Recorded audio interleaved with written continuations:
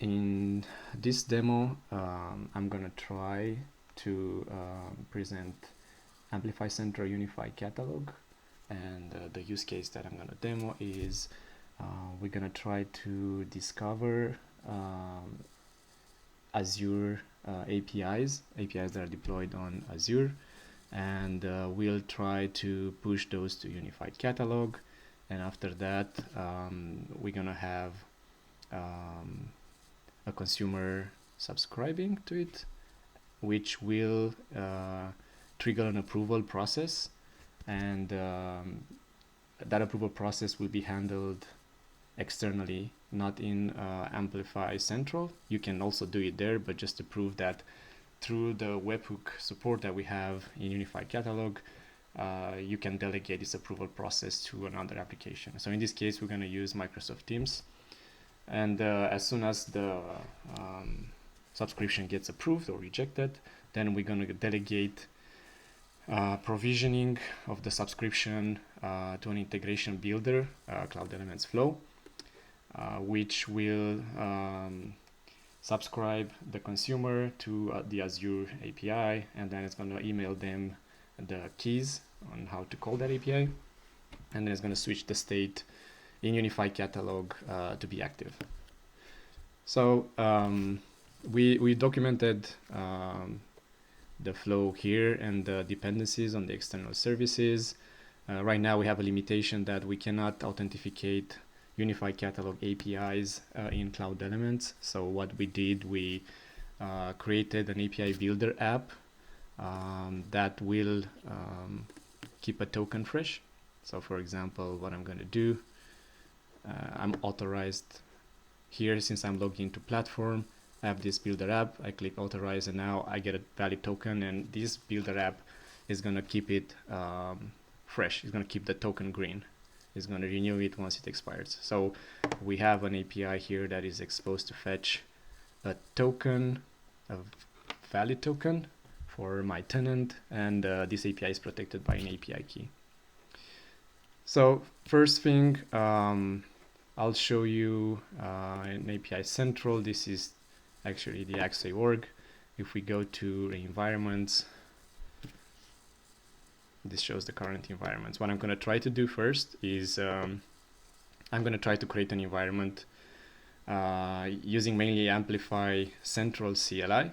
The CLI right now has the capability of creating assets in API server in this view here. It's missing currently the capability of updating resources, but that will be added soon. And that's why we kind of wrapped the CLI. We wrapped it through some Node.js scripting. We have a repo for this, and it's mentioned in that page. So what I'm going to do now, I'll quickly show you what I have in terms of API server resources. So if I go to, let me see. Okay, so not much here. It's usual API service server resource. The only thing that we have is the environment name. It's parameterized in my configuration. Again, if we go here, actually I'll continue here because it's easier for you. We have those three resources defined. We have an environment and a webhook and the consumer subscription definition in this repo. Here, this is like static information. You provide an image for your environment, tags if you want to, a title. You can add attributes as well. Then for the webhook configuration, what we have right now is just a URL, and you can set additional headers. Also, this URL, it's also parameterized. It's specified in the configuration file in that repo that I'm going to use. It's the URL for a Microsoft Teams flow, and I have the flow here. What the flow will do is going to receive this request on this URL. After that, is going to check if the event has the subscription state as requested. That means it's going to require an approval. What we're going to do, we're going to post an adaptive card to the channel. You'll see that in a second. Once somebody replies to the adaptive card in Teams, then we're going to call Cloud Elements for provisioning. And if this works, then we're going to post a message that that specific person has triggered an approval or rejection process. If it's not requested, then we're going to post each state transition here in the Teams channel.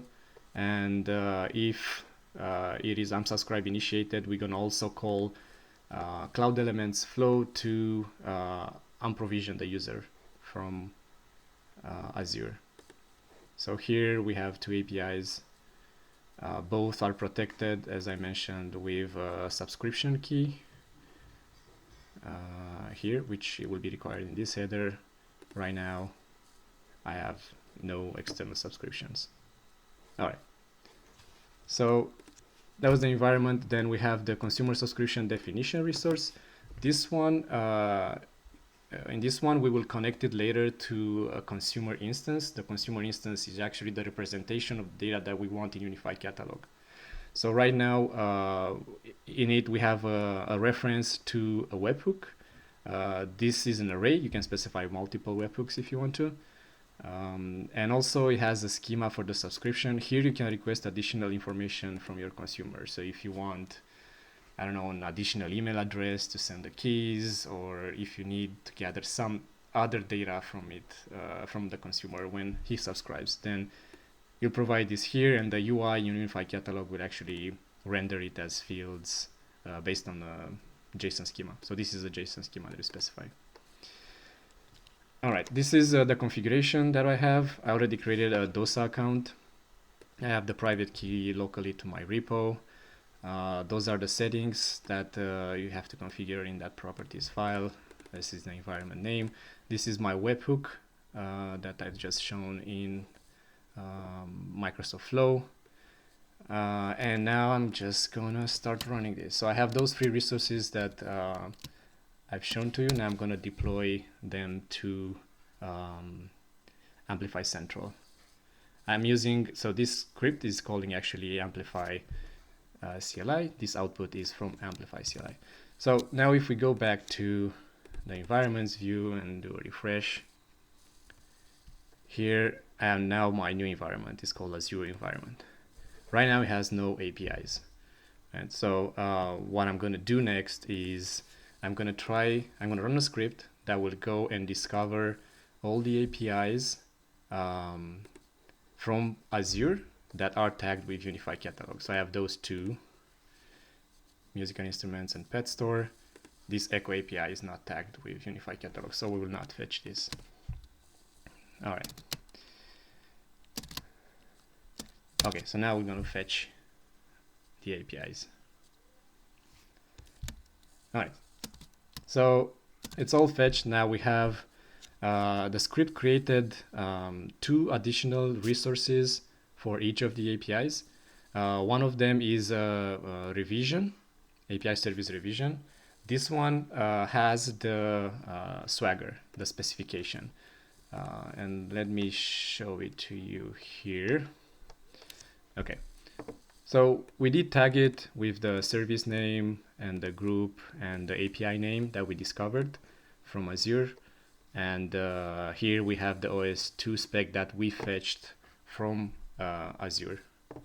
And after that, we created an instance. The instance has the host and the port and the protocol and the path from where the API lives, where it's available to be invoked. Right, so now we have two additional resources which I'm going to try to push, and they should show up here as API services and revisions. All right. So I'm redeploying. I'm calling again the AMPLIFY CLI. As I mentioned, create is supported, update is not supported. The output will show. So I have those additional resources being created, right? API service instance and revision instance, which got created correctly. The other ones are already there, so we get a small failure that already exists. So if I go back to my environment, now I have my two new API services, and as we see, we have an instance that is deployed and available on this host and the port, and this is the spec for it. So next thing is we want to expose those APIs. Now we discovered them, we want to expose them to our consumers.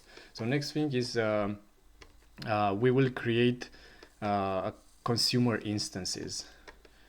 Let me see if I have an example here. Nope, but I'll show you one.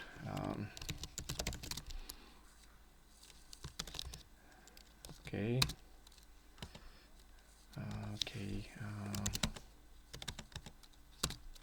So I have one for pet store, one for musical instruments, right? So for pet store, again, the environment is parameterized. We're gonna populate this as, from the properties. And then this is the service name, group name, and API name. Those are just attributes. They can be omitted. And here what I have is you can plug in additional documentation, so we don't generate this. They will create it, and then they will expose it with the documentation, with the image, and then the additional flags here that we have. It can be published or unpublished, or public or restricted. And for subscriptions, I said it's enabled. Auto subscribe false means that we're gonna require approval for this API. So when a consumer subscribes, the subscription will move to waiting for approval, and then somebody will have to manually approve it. And the last field is we're gonna link it to that consumer subscription definition that I was showing before, which has a reference to the webhook that is going to get invoked when a subscription state changes. All right, so now we're going to copy those two consumer instances that I've shown you, and we're going to redeploy.